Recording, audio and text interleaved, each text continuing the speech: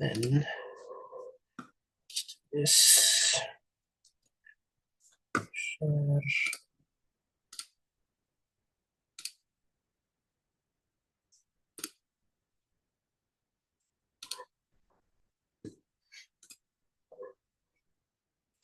You should be able to see the screen now, correct? Yes. Perfect. Okay, so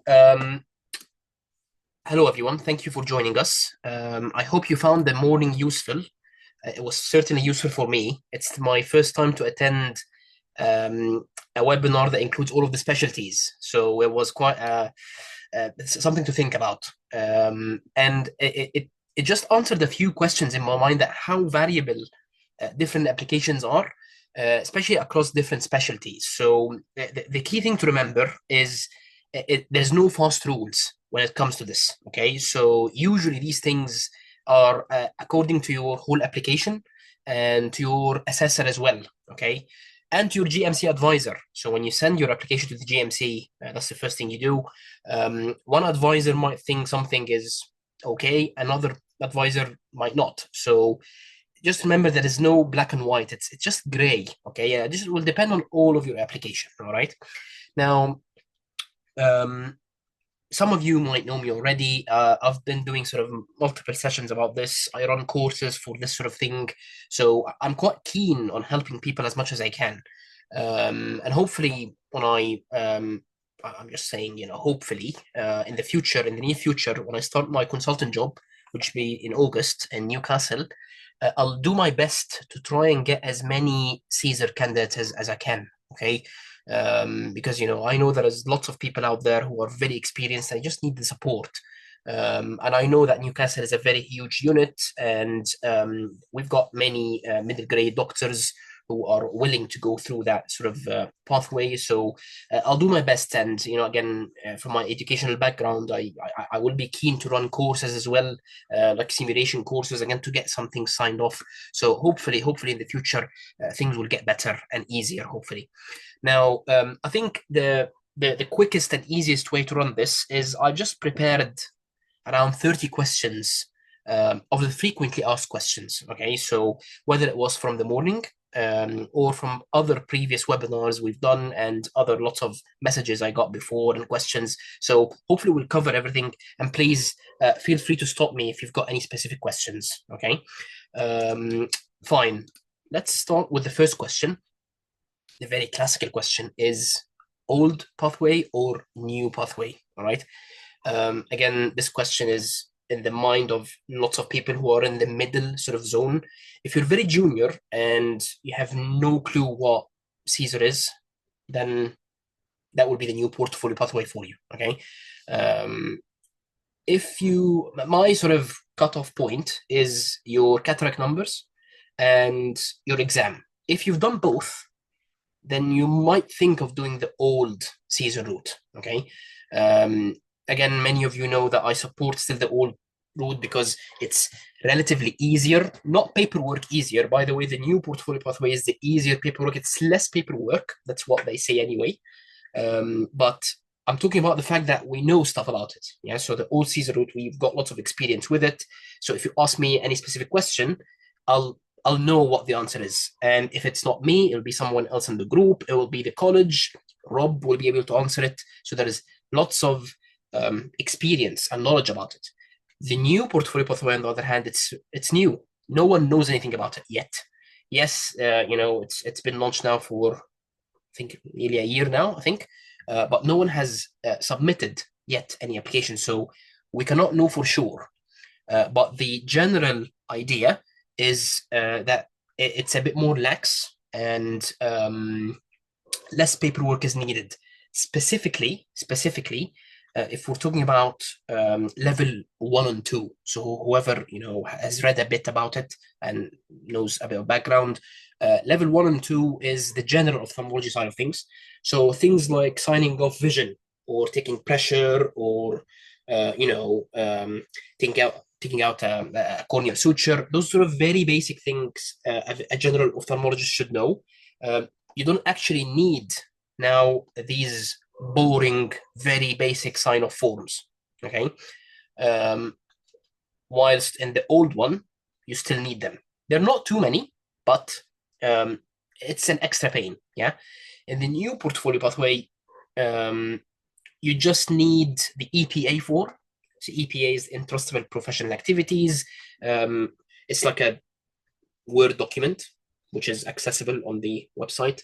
And then there's lots of points inside of it saying that vision, what sort of evidence has she done or that person has done to prove that she can take vision. And then it will say clinical relating skills, so CRS4, or is it a CBD, or is it a DOPS, or whatever, and comments. So in that scenario, if you've got a very, very nice supervisor and they're very chilled, they trust you and you're very senior, you don't have to get all of the individual sign-off forms. So you just need the EPA form, and if that supervisor is happy to sign it, great. That's the only piece of evidence you need for that bit for the college. So that's EPA 1 and 2. So that's the major good side about the new portfolio pathway. So EPA is one of the forms that signs off a level. Yeah. So I appreciate that there is lots of people who are very junior in that sort of pathway and they have no idea what we're talking about. I will send another because I've done another webinar about this. So I'm sure all of you have got my contact on WhatsApp. So send me on WhatsApp and then I'll send you a link to the YouTube. I'm sure someone can share it now on the chat whilst we're talking. The one about the new portfolio pathway that we've done a couple of months ago.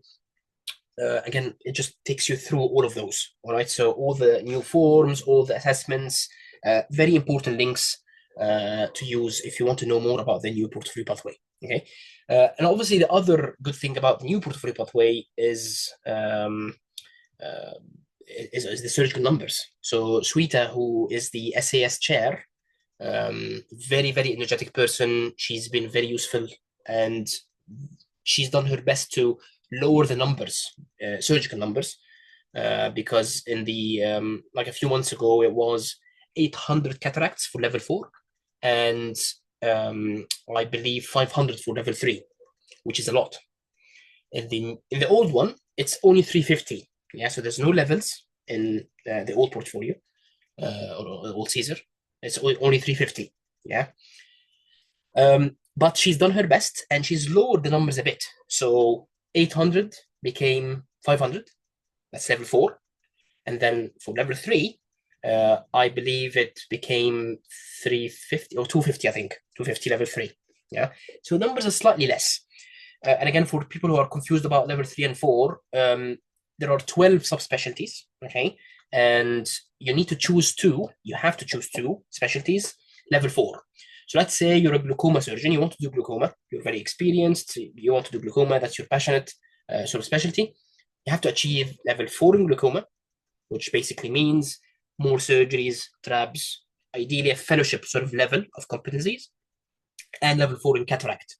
Yeah, and that includes the 500 cataracts, that includes an audit of your, of your results, those sort of things. And everything is mentioned on the webinar that we've done, basically. So that will be the same for cornea, glaucoma, VR. Okay, so these are the surgical specialties. You have to have cataract with them, level 4. All the others, you don't need level 4 in cataract. Yeah, let's say again you don't want to operate. You're a medical retina person, or you're a strabismus surgeon or something. You don't like to operate intraocularly, so I'm just going to do level 4 in medical retina and uveitis, or strabismus and neuro ophthalmology, or maybe, I don't know, peds and casualty, for example. So there are 12 subspecialties there. At that point, only these 2 will need to be level 4, and the rest will be level 3. The issue is that still you'll need the 250 cataracts, okay? Because it's still level 3, but 250 cataracts. Again, many people out there cannot get the 250, yeah? for lots of reasons. You're very senior. You don't have the time or effort to go elsewhere to get training. You're not having a supportive unit, so that's the main struggle. Okay, and some people unfortunately are stuck where they are. So the more senior you are, the more committed you are in that place. Again, family, schools, house, whatever, and you cannot move. But there are things that you can do to bypass that. Yeah. So first of all, is getting support from your local unit. I know it's not easy, but certainly doable if it's one thing in exchange of another. So let's say you make a deal with your managers that I'm okay to cover an extra casualty clinic if you would let me sort of join this theater list on that day on a weekly basis, something like that. Yeah. Uh, you have to sacrifice something. Yeah. Another option is going to another trust. And I'm not sure how easy that would be for surgery, but certainly for clinics, if you haven't got all the specialties, you can go to another trust as an honorary sort of contract thing. HR can help with that. And then you can just attend that neuro clinic that you want once every week in that other trust. And you're working for no money. You're working for free. So the other trust would really love that. So why not? So that's another option. The third option is get your evidence from outside of the country. Yeah. So you can go back home, wherever that is, operate there. Lots of people do that. I've had to do that, not for cataracts, but for the hard to get competencies like TAPA inject, rupture globes, those sort of things that are tricky to get in the UK. You can get that from outside as well, and that will definitely be accepted as long as you're following the protocol and the exact paperwork and verification and those sort of things. Okay, so it's definitely an option. All right. Fine. Let's move on because we've got many questions. The exam, again, another very important barrier you have to overcome. The exam is tough. It's not easy, especially part one. I think it's like 30% pass rate, unfortunately. If you've done part one, then you're okay. You've got a good chance of passing the rest easily. It's not that tough afterwards, hopefully, if you're good enough.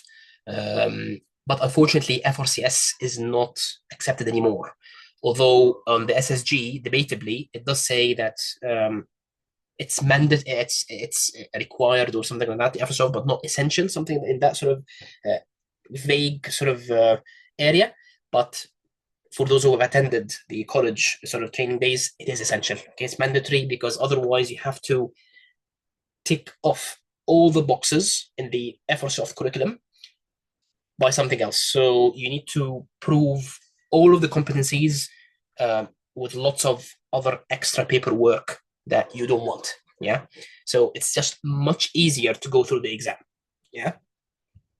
It's expensive. Okay. Exams, courses are not cheap, but it does really make sense if you're going to practice as a consultant in the UK to have FRCS because it's really curriculum targeting, it's curriculum based. So definitely will be useful for you. All right. If you're not planning to come to the UK, that's different. But if you're planning to become a substantive consultant in the UK, you have to have FRCS. Ignore CESR or portfolio, by the way. It's for your own learning. You have to have FRCS. Okay, it's the best exam out there. 14 fish. That's the new annoying e-portfolio they've come up with. I think the GPs use it as well, which is a bit weird. It's new. We're not used to it. Again, it's been designed for trainees, so it's not that sort of fit for purpose for CESR candidates. Okay. However, the whole process is very flexible, so they are okay with you using something else other than 14 fish. Okay.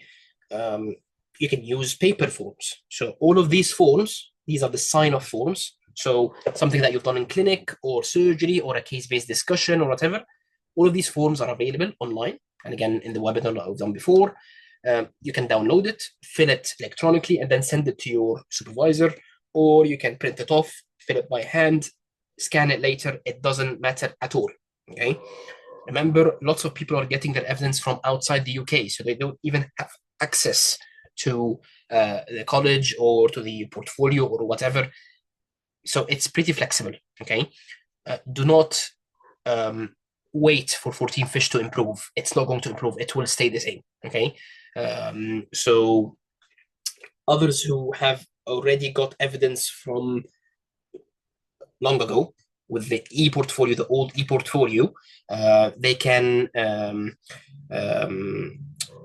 So can someone please share my WhatsApp number? I'm sure someone has got it. So because I just need to focus on what I'm saying. So please can someone just go on the chat and share my WhatsApp number. What was I saying? See, I forgot now what I was saying. Yeah, so the e-portfolio, the old one, if you've got some forms already signed, you can use those as well. So do not throw them in the bin. You'll keep those, and then whatever comes next, you're going to use the new 14 fish forms together, okay? The only exception is if you're using or applying through the old CESR route, which I still recommend. The question is, can you use the new 14 fish if you're still applying with the old CESR route? That's the debatable question. I don't see why not, but my suggestion is just stick to one specific type of forms. Yeah, so if you're doing the old CESR route, then use the old CESR portfolio forms that we know of. Okay,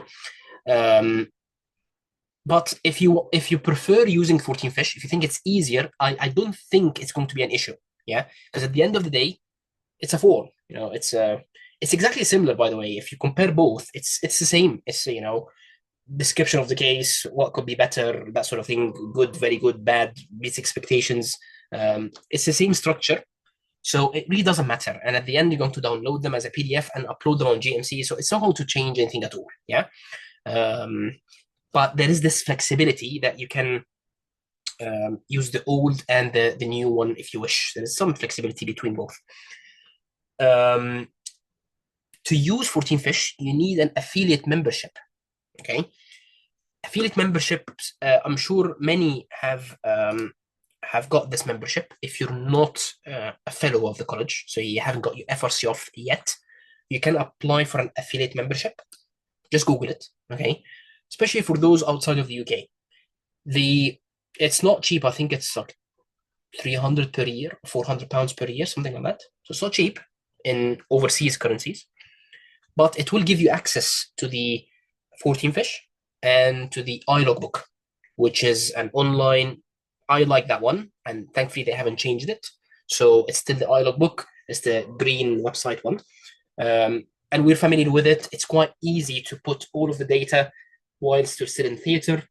Just put it on, right eye, cataract, hospital number, any comments or something like that. So it's easy. If you don't want to use it, that's fine. You can use any other logbook out there, which is perfectly okay. The question is it mandatory to have this affiliate membership? Not really. Okay, so if you think that you want to save that money and you don't care about using the 14 fish and you don't care about the iLogbook, then by all means save that money. Okay, and just get everything electronically, download the forms, use them on your own time, get your own logbook. There is lots of formats out there.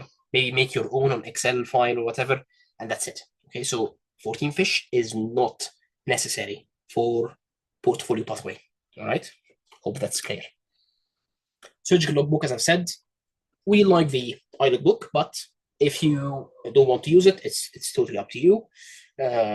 Just use whichever is easy and cheap for you. Yeah, I think we've answered this question. So the answer is yes, you can mix your evidence, which is fine. However, you are there might be that sort of gray zone. Yeah, so because the forms are different as well. There is new sort of weird forms they come up with, GSATs forms. These forms are to sign sort of non-clinical stuff. We've discussed all of that in the webinar as well before. There might be some gaps, so that's why I usually prefer you sticking to one set of forms. Yeah, if you're doing the old one, then just stick to the old forms. If you're doing the new one, then just use the new forms. Okay, just to avoid that sort of gap. Yeah, I'll try and answer the written questions at the end. If there's any, if you want to unmute and ask me something, that's fine. But I won't be able to read the questions now, so I'll answer them at the end. So overseas, is it allowed? Would that be accepted? Yes, definitely. As I said, I've got some evidence from back home.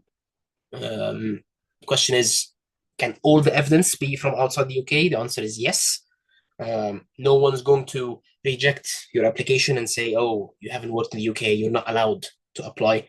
There's nothing cool like that. So you would be allowed. However, remember that they will take each piece of evidence with a pinch of salt. Yeah. So there will be some suspicion of each individual evidence that you provide, because we have no idea where you got this evidence from. We don't know how you were assessed. We don't know who assessed you. So there are lots of question marks that need to be answered. So your evidence should be stronger, and by stronger I mean recent. It should be triangulated, and we'll answer that later in one of the other questions. You should have lots of reports. You should have testimonials, letters, whatever. So you need your evidence to be stronger. Yeah, so that's the difference. But definitely, yes, you can get your evidence from outside the UK. How much time is needed? This obviously, that will vary between each person. But because of COVID, they've extended it a bit. So the time is 5 years,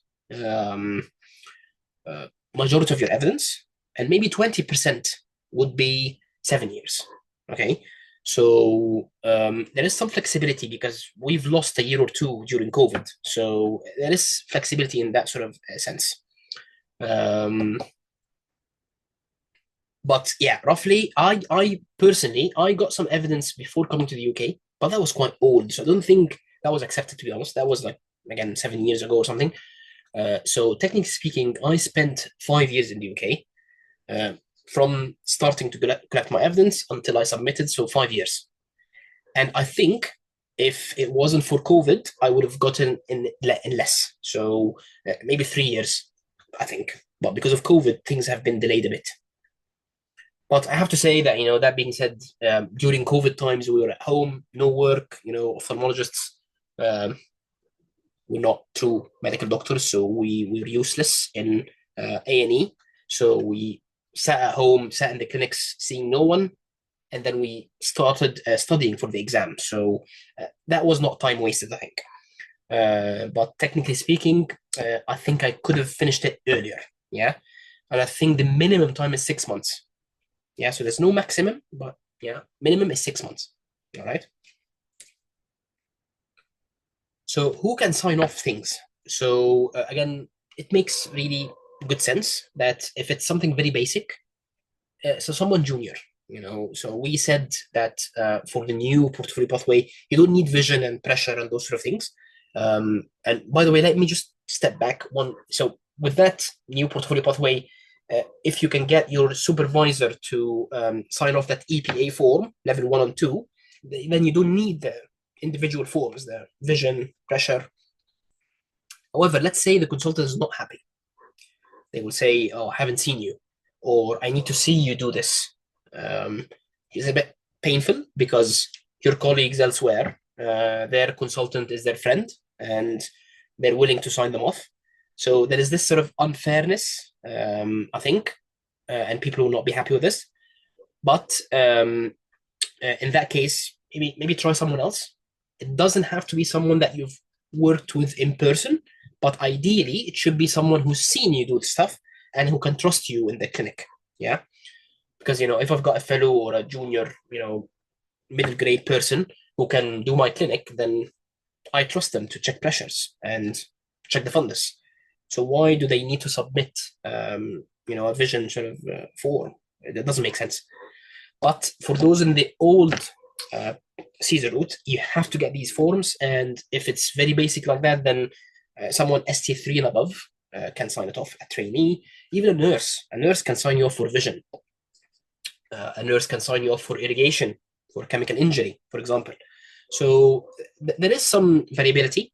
Actually, it's better to get different people to sign you off. It just shows that people like you and they're willing to sign you off, and everyone agrees that you're good. Yeah. Consultants, I think, again, which is a bit debatable. CBDs, so a case-based discussion, should ideally be a consultant. I'm not 100% sure of this, but that's my way of looking at things, because it's a case, if it's complex enough, if it's interesting, it should be someone senior. Maybe a specialist will be fine. A locum consultant is fine as well. So locum consultants in this sort of context can sign off stuff. That's just fine. But yeah, to answer this question, so different people can sign off things, which is fine, right? Maximum number of pages. Again, someone in the SSG, which is the specialty specific guidance, I think it says 1,000 or 1,500, something like that. But I don't think that's entirely true. I know people who submitted more and they were fine. Uploads is, I think, 150 uploads. So again, when you upload stuff on the GMC website, they want you to submit or upload 150 documents, not more, okay, because that's too much for them. Okay, so at the end, you're going to combine files and merge them together. Maybe let's all the case logbooks in one file, something like that, and start to upload them. Yeah. In the past, it used to be very strict on the number of patients in clinics because we are comparing ourselves to trainees. So the trainee usually does 2 clinics of that specialty for about 6 months. So 2 clinics per week for 6 months. So roughly, that would end up to about 20 clinics at least. Yeah. And trainees usually rotate every 6 months. Not always, but so roughly 20 clinics. Not anymore. Okay, so the good thing, again, they're a bit more flexible with the numbers, so you don't have to submit 20 clinics. Doesn't have to be an outpatient clinic, by the way, as well. A neuro-ophthalmology is not, not present in all trusts, so it can be from casualty, or maybe in the glaucoma clinic, you've seen someone with a bitemporal hemianopia, misdiagnosed as glaucoma. So that would be a neuro-ophthalmology case, and then you can put it in neuro-ophthalmology case logbook and write down patient seen in glaucoma clinic or misdiagnosed as glaucoma or something. So that would be accounted for as well. So there's this sort of flexibility in things, which is great. Number of patients as well, they were saying something around 100 to 120 cases, which again is not applicable anymore, which is good. They care more about the quality rather than quantity. I've said this a lot. Quality, yeah. So I don't care if you've put 10 stable keratoconus cases, useless, yeah. But maybe 1 stable case, and then you write stable pentacam findings. Another case unstable, and then you've referred for keratoconus.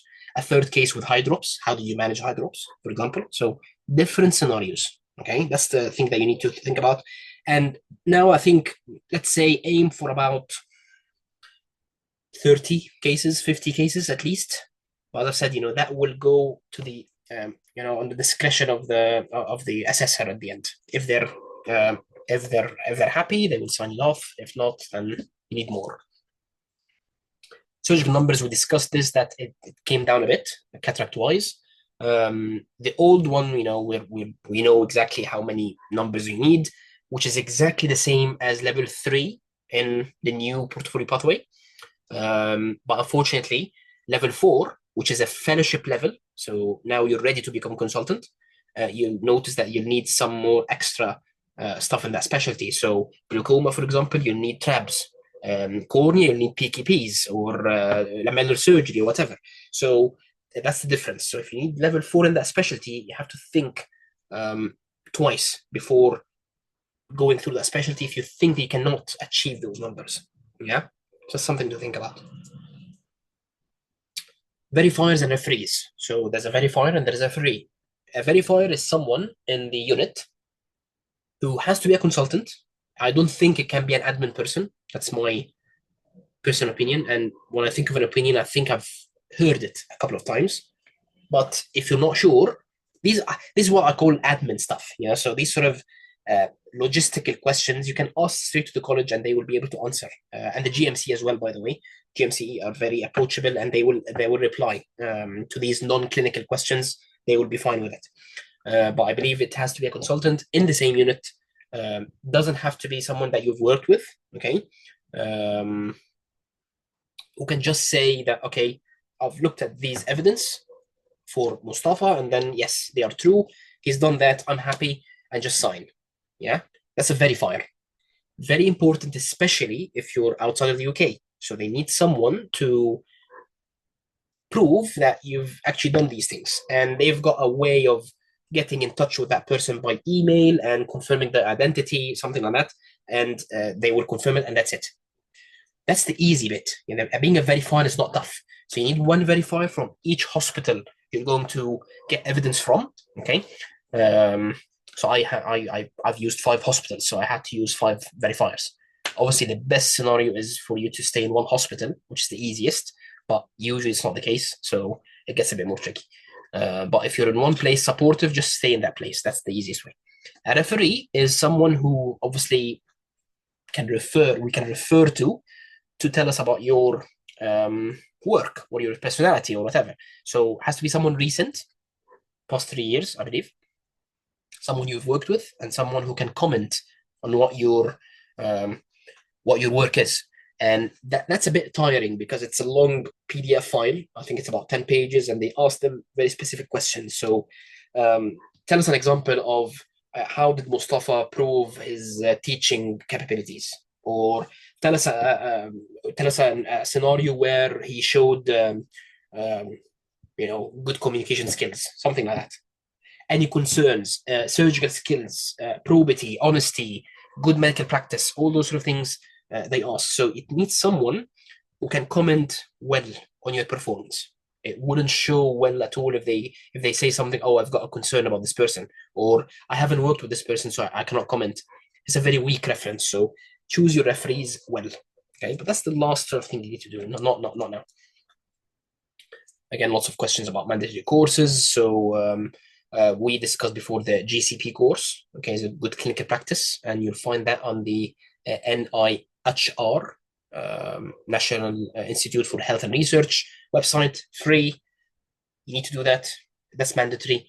TTT, train the trainers. Okay, course. Again, you'll find many of them on the college. Just choose the cheapest one. I think there is one in Oxford. There is many online. I don't think it doesn't matter which one you go to, but just get that one done. There are, again, other online management and leadership courses that you can do. I haven't done many fancy ones of those, but because I've spent a whole year as an educational fellow, so I was leading courses and designing sort of pan-UK courses and international courses and stuff. So I use that evidence to prove my leadership skills, so that's fine. But if you haven't done any of that, so I think you need to prove some sort of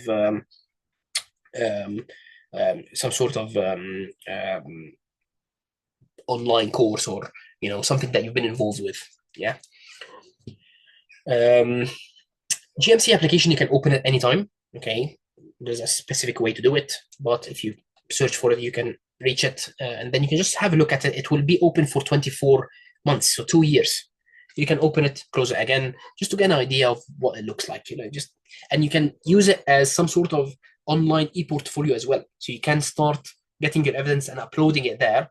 Although I think that's a very bad idea, because you have to combine your evidence at the end and then upload it then. So there's no point in uploading the individual sort of case-based discussions or something on that portfolio, on that website, because you won't need it. You have to remove it again. So keep a copy of all your evidence and be organized as much as you can. That's the take-home message. You're a rubbish surgeon. Okay? You've got many complications. Is that a bad sign? Can I include that in my application? I think you should. All right. You've got many complaints, so remember, honesty is key. Yeah, so you have to be very honest. How do they monitor your performance in surgery? So first of all, in the old sort of route, you have to submit a cataract complication reflective diary. So complications that you've done, what did you learn from them? What happened? What was your mistake? What did you learn? What could be improved? That sort of thing. I've submitted like 5 cases, a mix, so CMO, wound burn, peak, obviously PCR, vitreous loss, those sort of standard things, and then a reflection. So what could be better next time? What have I learned? The other thing is a cataract audit.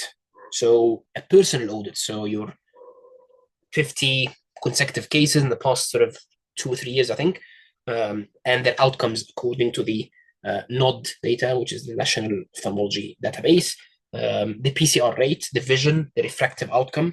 Are you there outcome wise? Yeah, or are your outcomes beneath the needed? Yeah. So these are the 2 main things they assess your competency with.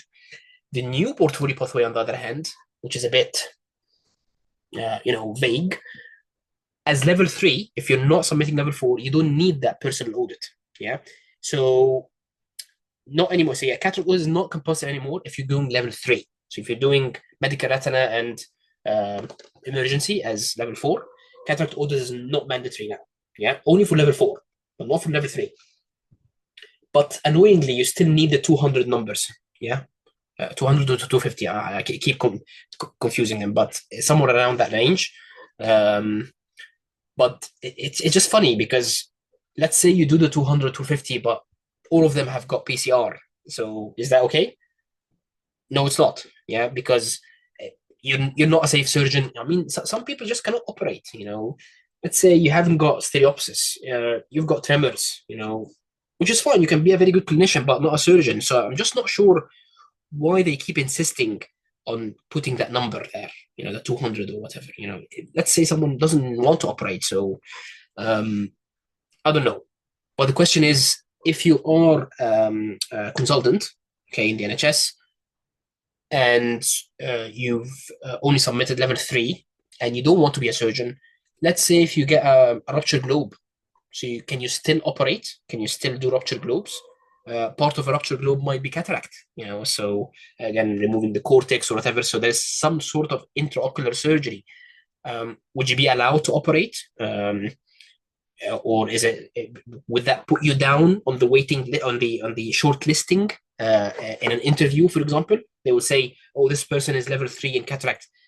They won't be suitable for the job. We want someone level 4." So that will be the big question later on when you start applying for jobs, because at the end of the day, basically they won't care much what level that you've got in each specialty. What they care about is what can you actually do. So how can you fit that job? What sort of skills have you got? If you haven't got enough skills that they need, you won't get the job. Okay, so obviously, ideally, especially for those who want surgical specialties like VR, cornea, and glaucoma, you need to submit level 4 in glaucoma, whether it's through the portfolio pathway, or sometimes what you can do is, again, choose 2 easy specialties, like, again, let's say MR and uveitis or casualty. And then after you're done, you go ahead and do another fellowship or 2 in glaucoma to up your numbers and improve your your situation when applying for jobs to become competitive. Yeah. Reflections. So reflections are, again, a vague term. Actually, there is a proper way to do reflections, multiple sort of methods.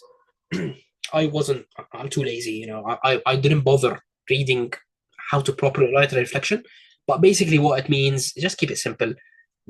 Any situation, any situations that happened, what happened, what did you feel about it, what could be better, what did you learn, that sort of thing.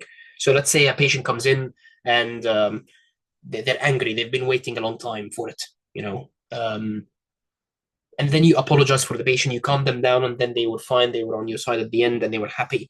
That's a reflection, yeah. So just make use of that time, because you can associate these reflections to outcomes. So remember, again, I should have mentioned that at the beginning. It's all about outcomes. Okay, so the curriculum, fulfilling the curriculum. So in the old one, there was about 180 curriculum outcomes in the curriculum. You need to tick off all the boxes. In the new one, the curriculums are a bit different. They're a bit vague, but still you need to tick off all of them. And it's all mentioned. Again, there's an Excel file I've shared it before. Again, with all each specialty, what sort of tick boxes you need for each outcome and how to prove it. So it's all about ticking boxes. So let's say there's a box called good communication skills. Yeah, let's say you can use that reflection to tick off that box. Yeah, and then use it to your advantage. So that's why it's very good to write reflections. Ideally, you should do that anyway. Doesn't matter if you're doing the portfolio pathway or not. It's quite a good. We really like reflective practice here in the UK. It's not a bad thing to make mistakes, but the important thing is to learn from them. Just hold on a sec.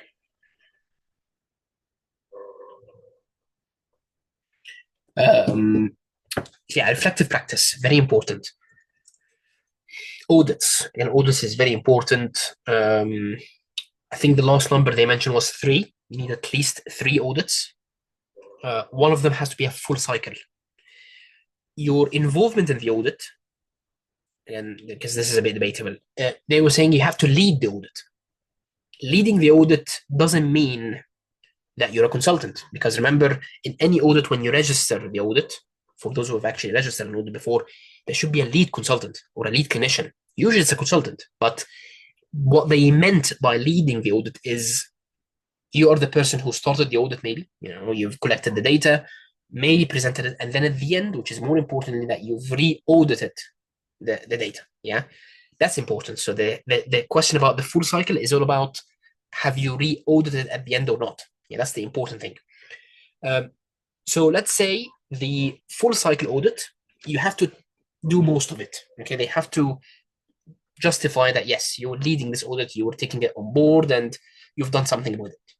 But the other audits, you just have to be just involved in it, just maybe collected data or presented the results, maybe done a poster about it, and that's it. Yeah. So usually what happens is you get one of your junior trainees who's doing an audit. They're very sort of energetic. They do lots of stuff.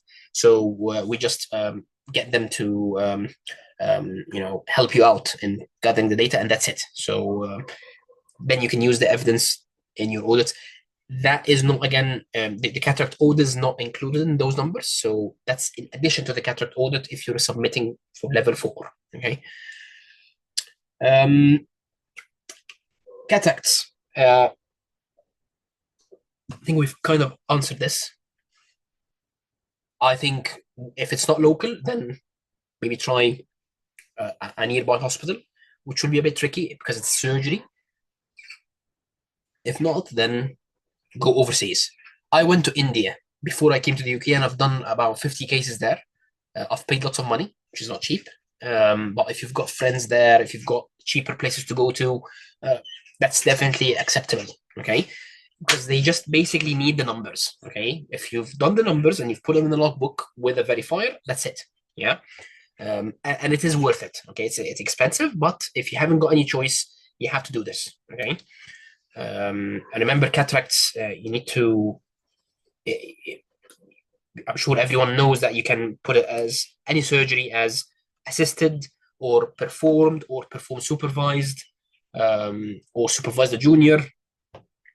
In cataracts, you have to put it as performed or performed supervised. Okay. It wouldn't count if you've assisted in a cataract surgery. Useless. So you have to do most of the operation at least. Yeah. Let's say you've done the operation and then you ruptured the PC and putting the IOL at the end. You've done most of the operation. So you put it down as PS because the consultant has taken over at the end. Yeah, and then you write a note somewhere. Yeah. But let's say you've I don't know, you've opened the eye and the phaco probe just before even starting sort of the cataract, you just open the PC or something. You haven't done most of the operation, so it's a bit debatable whether you can put it or not. So that's up to you, right? The most important thing is at the end, do you feel confident to do this operation on your own or not? That's the main question. Same for squints. Someone was asking, let's say I've opened the conj and closed the conj. Would that count? No, that wouldn't count because can you actually hook the muscle? Can you cut off the muscle? Can you put sutures in the muscle? These are the questions that you need to answer yourself because this is training, because you're about to become a consultant. So you have to do this on your own. So yeah, just think about that. CPD points, and again, in the past, you should have involved 50 points per year. That's including internal ones, like local teaching, externals, self-teaching, reading journals, those sort of things. But not anymore. I don't think 50 points is essential now, but still, you need to submit a CPD diary with everything that you've attended, courses, conferences, any presentations, whatever, and then merge them in one file and call it CPD diary. You're going to upload that later, and then you're going to put it in your CV as well. I think they've talked about CV this morning, but we can talk about that later again if necessary. It's just basically following the standard CV guidelines and on the GMC website, so you'll find everything there.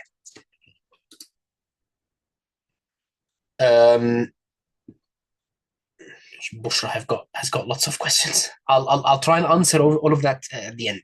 Okay. Being lost is very very common. That's quite normal. Organizing the evidence, I think the first thing you need to do is read more about the whole process, whether it's the old one or the new one. If you're still new to the process, I don't think you should be even thinking about the old pathway because that would be a bit challenging, although some people can do wonders with our help and my help. I'm happy to help, but usually I say if you're still new to the process, think of the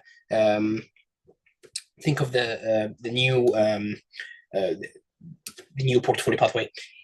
Being organized, so you need to, as I said, read about the pathway. The more you read, watch webinars, have courses, whatever, the more you will know about these things.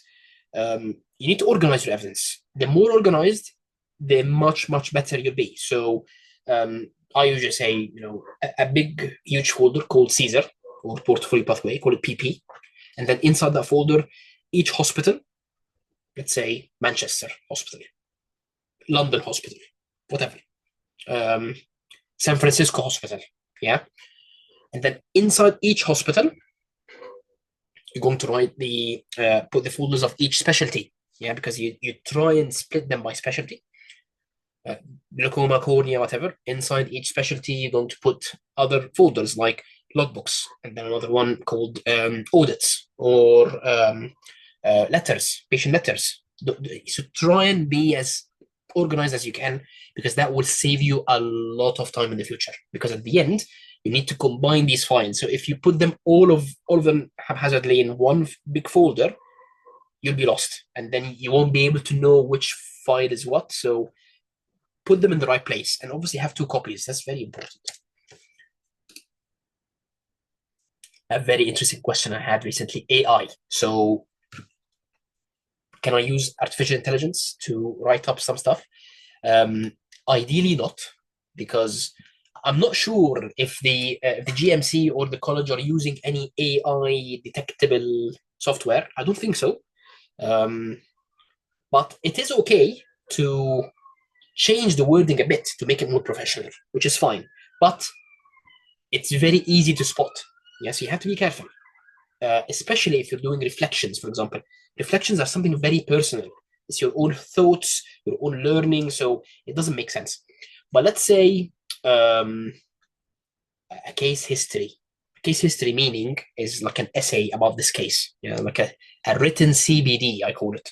So some people use it as well, case histories, instead of case logbooks. Logbook is a tiny sort of you know, 2-line sort of summary about this case, and then you put lots of cases. But a case history is like 1 page for each case, and then you can use obviously less numbers for case histories, and sometimes you can mix and match as well. So some case logbooks, some case histories, but you can sort of use AI for that. So let's say you've written up your case, and then you want the AI to make it look nicer.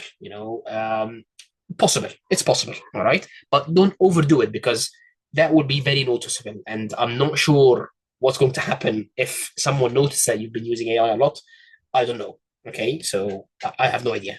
But the answer is yes, you can, in a very limited sort of context. If your unit is not supportive, we've discussed this either, again, it's all about negotiation. Okay, so if people like you, they will help. The commonest scenario for everyone is they like that person, they want to invest in him, they will go to train him, as long as you want to stay in the same unit and become a consultant in the same unit. Yeah, it's like a deal. Yeah, although these deals are not promised. Yeah, so if the ad comes out, the permanent consultant comes out, and then someone else applies for it who's better than you, they haven't got any obligation. Okay, because remember, on the permanent consultant jobs, it's a huge panel. It's like 6, 7 people out there, and each has got a scoring system, and each person has got their own say and whether we can appoint you or not. So you cannot take that individual person's promise and say, oh, I've been promised a job. It doesn't work like that. Okay, but it's usually shows that they want you, they're keen to keep you in, that sort of thing. So it's all about give and take.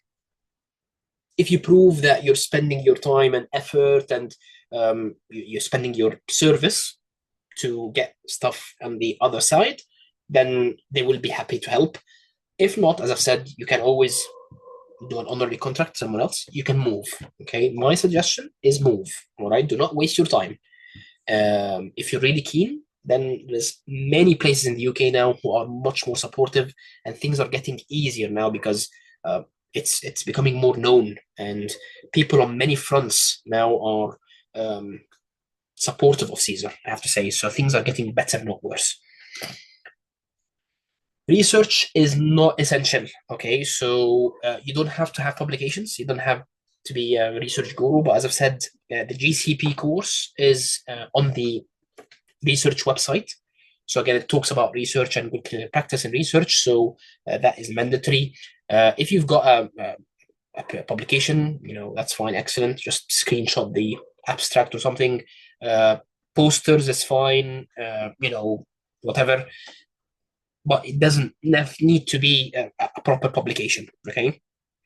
You can write a CBD, a case-based discussion about research. So let's say, I don't know, a case of glaucoma, and then you've discussed with the consultant that specific paper that you've applied to your practice. So the consultant will write down, but actually you're writing it down and then they're editing it.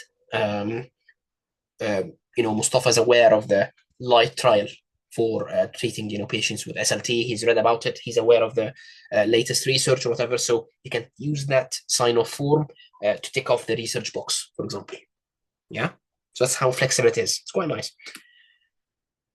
A master index file. So again, some people will mention that sort of thing. It's whatever file you're going to use is just to map out all the learning outcomes. And the old one, as I said, was about 180. So they're a lot. Just to make sure that you've ticked out all the boxes.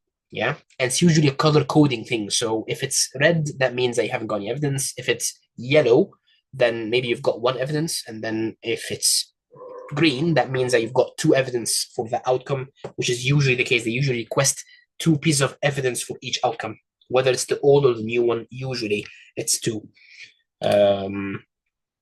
And then at the end, it would be a very nice way to guide your assessor where the evidence is.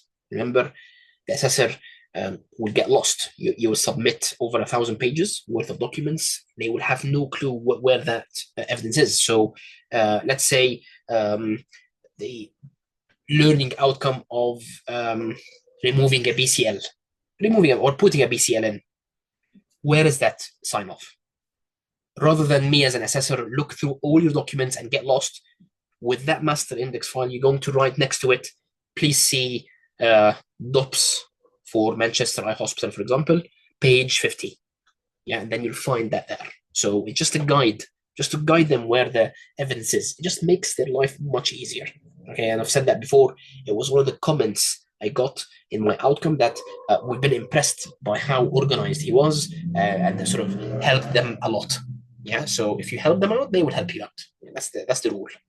So, and people have been using it differently. I think there is a couple of files shared on the group. Whichever file you're going to use, as long as it works for you and it's simple, not complicated, and it's easy for the assessor to use, you'll be fine. Teaching, again, we've discussed this a lot. Teaching, you have to teach a couple of times at least. Feedback, there's a debate on how many feedback forms for that teaching. It should be at least 2, I think. So they don't care really about your presentation. They're not going to flick through the slides. But what they care about is the feedback that you get from that teaching. So whether it's undergraduate teaching, nurses, trainees, whatever. So like today, I'm going to share a QR code teaching feedback, that sort of thing. I'm going to use that in this sort of box.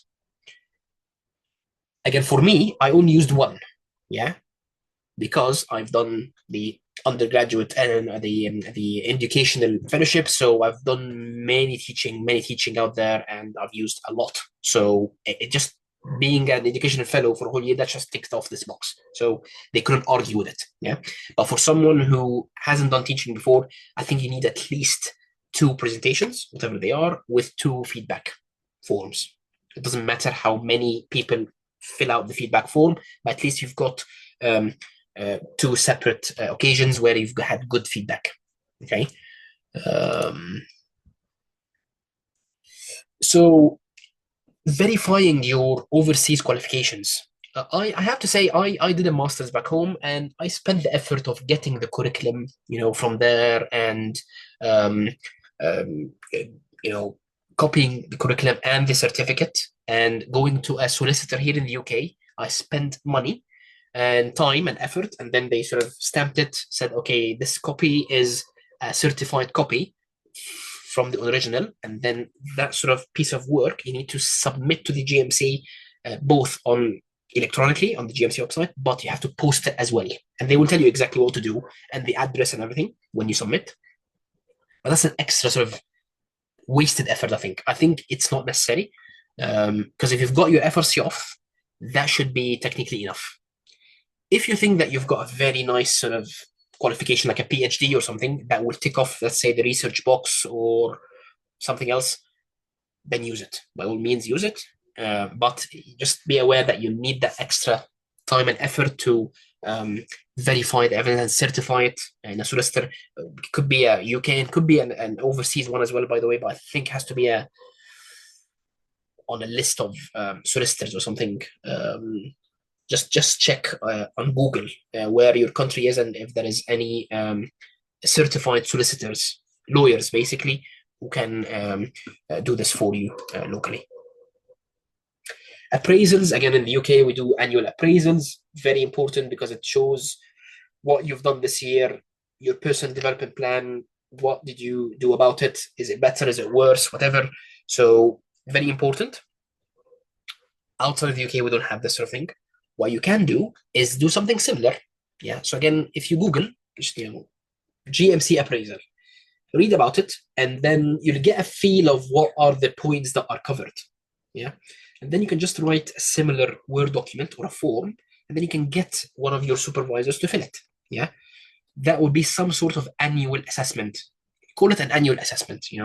How well are you doing in your stage of training? Yeah. Are you doing well or not? Even if you're not doing well, have you reflected on it? Have you, have you improved or not? That's the main thing. So very important. I think annual appraisals are important. And then they were saying here in the UK, you need one appraisal every year since the last revalidation. Question is, let's say you've just revalidated last year. Can you just submit one appraisal? I don't think so. You just submit all the appraisals that you've got. Why not? Yeah. Triangulation. Triangulation is a way to strengthen your evidence.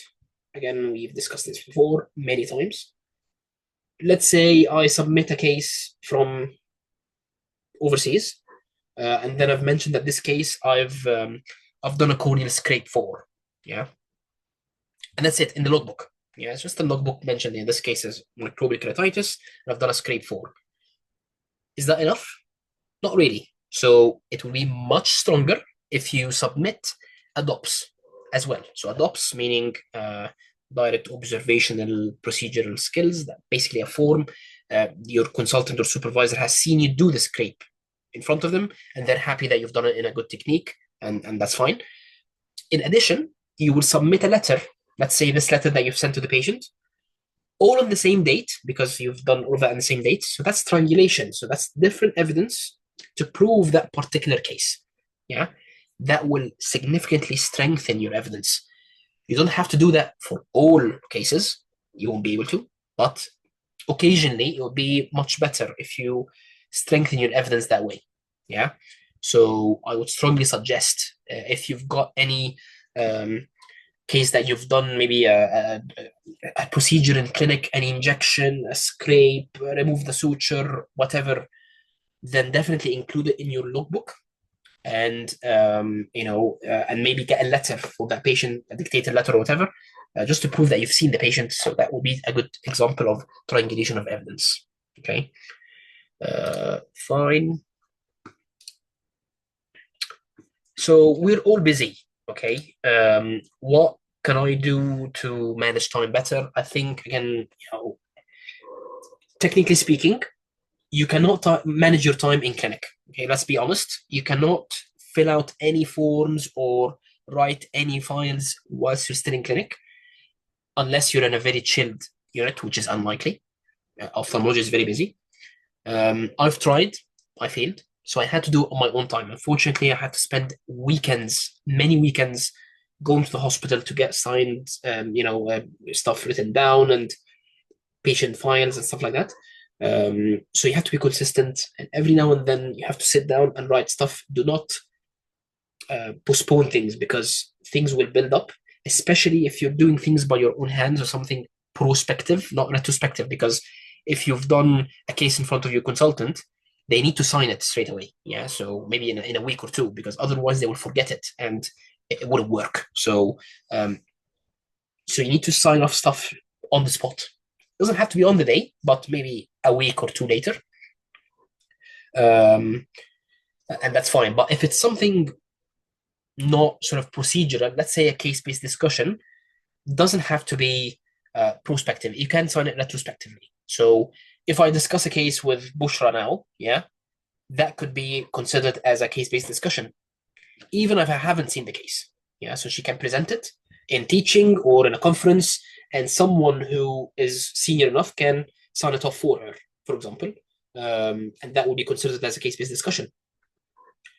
I had to sit down with one of the consultants and tell them, okay, let's have a meeting. I need you to sign me off for for 10 for 10 CBDs. Yeah, for example, even though they haven't seen the case themselves, they haven't been their consultant, but they've sat down with me and we had this discussion. It's a discussion at the end. So as long as all the notes are there and the investigations and the treatment and everything, so that should be fine. So some stuff you have to do retrospectively, but others you have to be prospective, and you need to sacrifice some time, unfortunately. If you're super in IT skills and you can do it in clinic, great. Maybe have your logbook open in front of you and then you can put the data straight in, which is great. But if not, which is usually the case, you have to spend some extra time, unfortunately. So there's lots of help out there. Okay, so unlike in the past, now you'll find lots of webinars as this one. This hasn't been there before. The only webinar I've attended in the past was the Southampton sort of course they've done over a day or two, I think. But otherwise, the training day at the college, again, they do it now a lot. Rob is very keen now. I think they do it 3-4 times a year or something. The college conference, again, they usually have a session for the portfolio pathway. So you have to attend those. Definitely have to. I've attended the training day 3 times. Yeah. So it was one, I think, after once I came to the UK, another one after before I submitted, and then a third one after I got the CESR, and before sort of giving courses and stuff. So I just want to be involved um, and more up to date with the new portfolio pathway. So always attend these things. It's never a loss. Okay, so the more you hear and the more ask questions, and it gets easier and easier with time. I run courses tutoring for this portfolio pathway or CESR. So again, I'm not sure how many are aware of this, but I mean, ideally, I shouldn't be sort of advertising on my personal courses here, but that's something to consider if you're keen. So basically, what I'm trying to say is there is no excuse not to go through this pathway. Okay, now things are much easier, much easier, and you will get help. Yeah. The WhatsApp groups, lots of support. People are very experienced. We've had lots of volunteers for our CESR chats sort of series that we've done with different experiences. Others, some of them have got very good applications. Others have got weaker applications, but still they got things done and accepted. So it just gives you this encouragement that, oh, they've done it, so can I. Yeah. So there's no excuse. Okay. And I have to say we're lucky that this option is even open. Okay, because in other countries, European or non-European, there's no option of being registered as a consultant as this structured route. Okay, and in the UK, you will be exactly as the CCT trainee. Okay, if they like you and you're senior, you're good enough, they will take you. Okay. So I think how you should start, one is first do the exams, start straight away, do not wait, especially the part 1, get it done, get it out of the way. And by the way, I suggest going in order. Yeah, so it's part 1 first, reflection, part 2 written, and oral at the end. Do not jump. Yeah, so sometimes you can take the reflection before the part 1. Don't do that. Just part 1 first. Get that done because it will take some time and money. Given that you probably won't be able to pass first time, unfortunately. But straight, do not postpone things. Do not say, "Oh, I'm going to pass FRC offers," and then start collecting evidence. It's a shame all of the time that you're wasting. Okay, most of you here will be very senior already, so do not waste time. Okay, just get it done. Start attending the college training training days.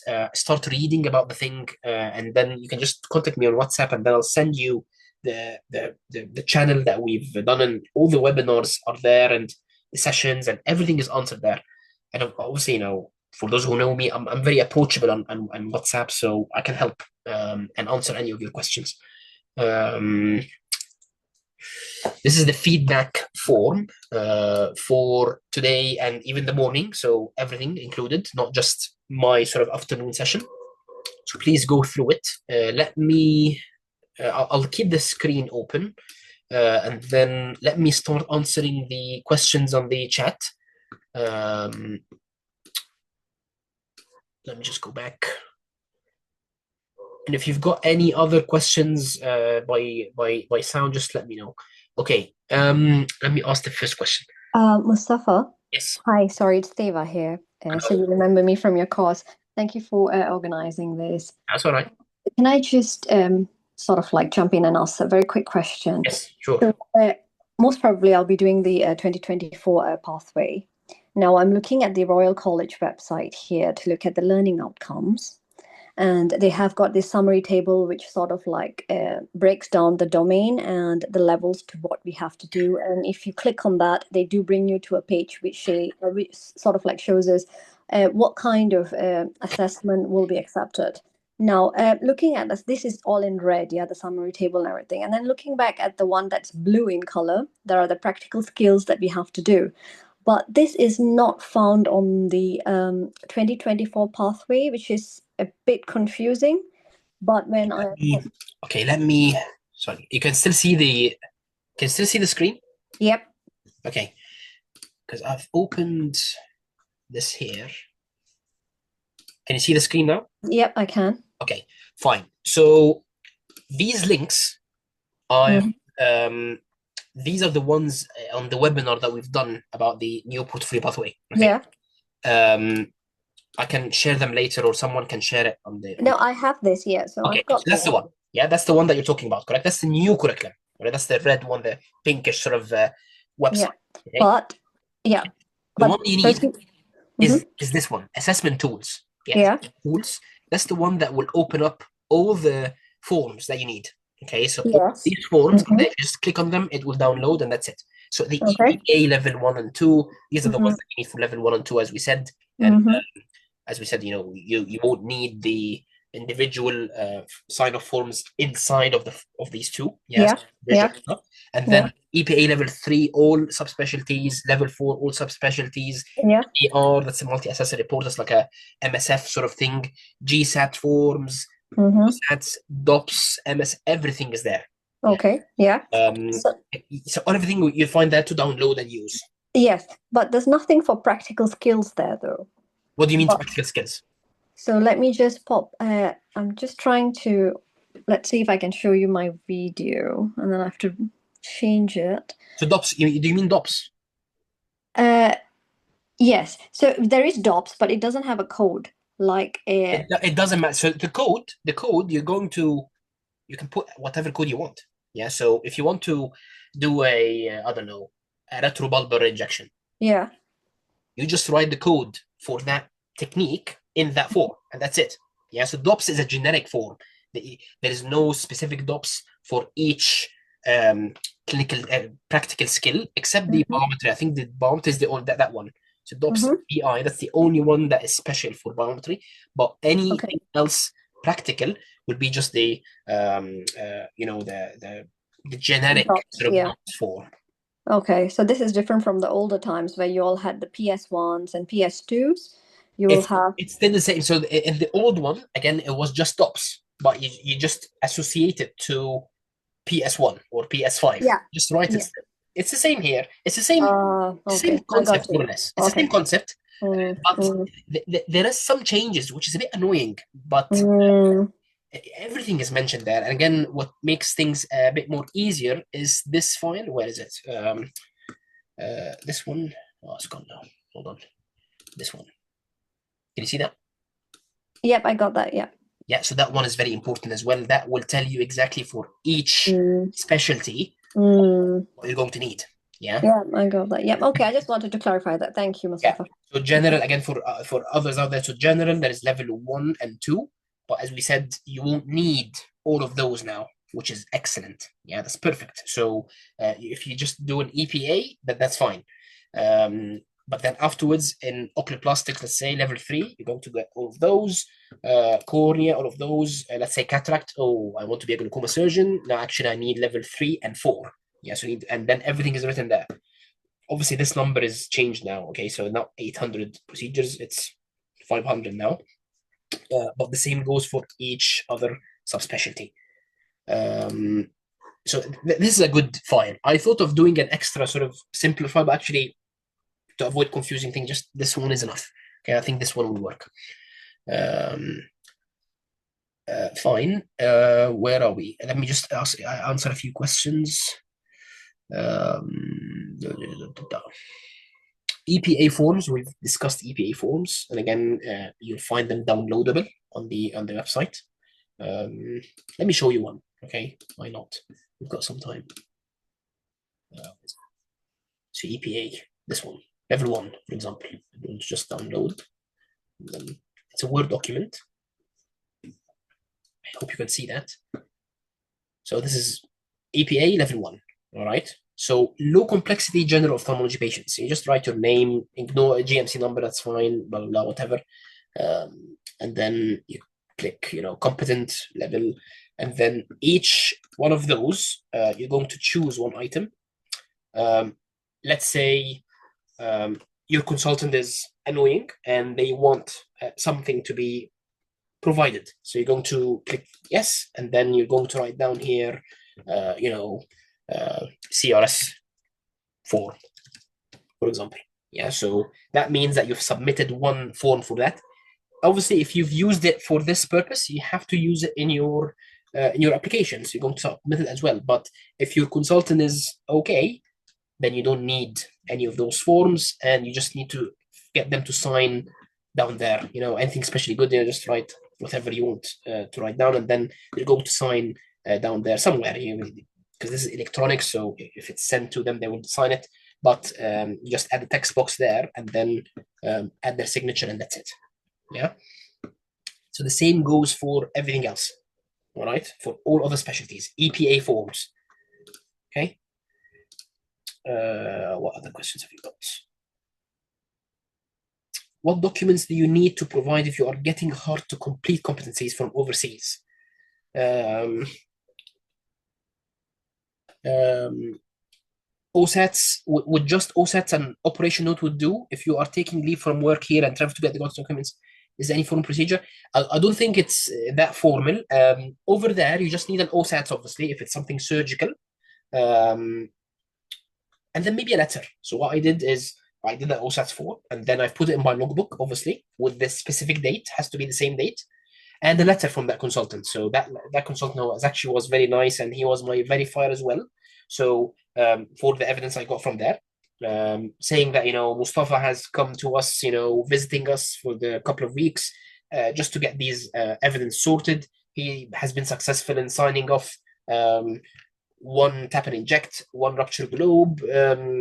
He's very good in organizing evidence, and I'm happy to answer any questions. I'm going to act as a verifier. Yours sincerely, something like that. Yeah.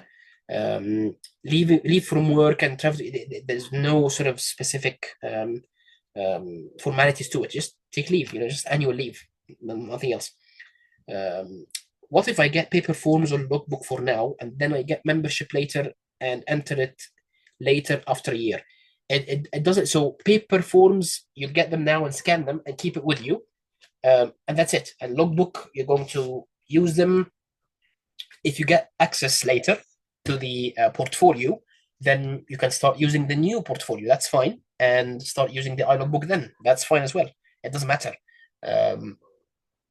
But do not lose any data that you've got now. Okay, so that's the take-home message. If you've got any cases now, just document them. Okay, whatever method you're going to use. Can we use a patient with multiple eye problems and use the one patient for our clinic logbooks in different specialties? Not really, no. So you cannot duplicate evidence. Okay, so only one case in that particular logbook and say this patient has been seen in the other clinic or whatever. But you use the same patient for different things. Sumati is asking about the EPA. We've discussed this now. Can retinal lasers or YAG procedure signed off by local consultants? Yes. Okay, so we discussed this again. Consultants can sign off anything. Can be accepted. So yeah, I think local consultants are treated as permanent consultants. Okay, although obviously I would be a bit careful as well. Do not get everything signed off by local consultants. That would be a bit weird. If you've got permanent consultants, definitely get different people to sign off things. As I said, it just shows that everyone is agreeing that you're being okay. Some units do not have any permanent consultants, which is a bit annoying. But in that case, you just have to get local consultants to sign it. And maybe you can write a note somewhere, a cover letter or something, that you don't have permanent consultants in your unit. Yeah. Can I have a look at the application and close it? Yes, we discussed this. I don't think I can collect all the evidence in 2 years. Yeah, so just close it. At the end, we mentioned that the cataract audit is not mandatory for level 4 now. Okay, not mandatory for level 3, but definitely for level 4. I think the cataract surgeries have to be within the last 3 years. That's the cataract audit. Okay, the logbook, that's fine. It's the logbook, we said you're going to put them in the last 5 years or 7 years or whatever. But the audit has to be, I think, within the last 2 or 3 years, and they have to be consecutive, so after each other, and then you get the data, the PCR rate, complications, reflection, vision, those things. Forms or formats, there's no specific formats for reflections. Just Google them. If you want to properly write a reflection, which I didn't because I'm too lazy, just as I said, it's just maybe half a page or something worth of just describing what happened and what did you learn from it. A CPD diary, that's something that you will do yourself, just merging all the conferences and certificates that you've got in one file and just call it CPD diary. That's it. We've mentioned the mandatory courses. So Mu'taz is asking about the surgical procedures. This will be mentioned here. Okay, so in this file, in the Excel file, everything is mentioned there, plus the SSG. So the SSG is a specialty specific guidance. That's the new one. Again, all on the GMC website. It's all mentioned in the webinar that we've done. All the numbers. This is, this is the main backbone of the whole thing. Yeah, so you have to follow what's written here. All right, and there's different links here as well. You can just read more, read and read. You have to spend time reading. So just to answer your question, that's the surgical numbers required there. So as you can see, things have changed a bit. Yeah, level 3 is usually more or less the same as it was before, but level 4 is a bit more. So for example, glaucoma 50 glaucoma surgeries, not lasers. So trabs, for example. Makes sense. So this is a fellowship level requirement. So as if you're finishing fellowship and then now you're going to do a consultant job. That's the difference. Fine. Where are we? Where's chat? Yeah. And then 2 WBAs for each competency under the new curriculum. I think, again, it will be mentioned in the Excel file. Ali is asking in the new Excel file, it says each outcome, does it need 1 or 2? Okay, so again, very obvious there. Just follow what is written there. One of the downsides of new one is if you ask me now, I'm not sure because I don't know specifically. I haven't studied the Excel file one by one. Yeah, this is all new. It's getting easier. Yeah, so we're reading it more and repetition is key. So it is getting easier. But the good thing is that everything is written there. You don't need me to specifically tell you, oh, this needs 1 or 2. It's all mentioned there. Yeah. For someone who has just started working in the UK and still confused and saying this pathway, what can do now when clinic stays so he can get benefit from it? So again, we discussed this more or less. I think the number one thing you need to do is do your exam, okay, and start doing your logbooks. Yeah, so case logbooks. So ever good case that you see, just do a good case logbook, and then there's no specific format to use, but start documenting the cases that you've seen, or at least their numbers, the patient numbers, and then you can write them up later once you're more happy with the system. But yeah, that's the main thing you need to do. I think it's just number one is the exam. Okay, that's number one. Surgeries, for example, again, you need to document all your surgeries. This is very important. Garfit is asking, can we sign level 3 EPA in 2024 and EPA level 1 in 2025? That is a good question. I believe you can, which doesn't make sense. Okay, remember this sort of level, this level tier system is for trainees. Okay, so imagine you're an ST1, you've never seen a slit lamp before, you cannot sign off things in ST in level 3. Actually, it won't be even open to you. So I think the trainees have like a checkpoint sort of system. They cannot jump. For us, it's different. So yes, theoretically speaking, yes, you can sign off anything you can. It doesn't have to be in order. Yeah. So if I, as example, if I did level 4 in medical retina and cataract, would this affect my chances in the future for being consultant? Others, yes, just for one reason, because what can you do in cornea? Yeah, so if you can prove that you've done these cases and you've got a logbook or you are competent, then by all means, definitely you can apply for cornea consultant jobs. But that's the whole question. Are you actually capable of doing that job or not? Remember, cornea is very competitive as well. So you'll be competing with other trainees who are level 4 and above. They've got 1 or 2 fellowships in the UK, so it's a very competitive job.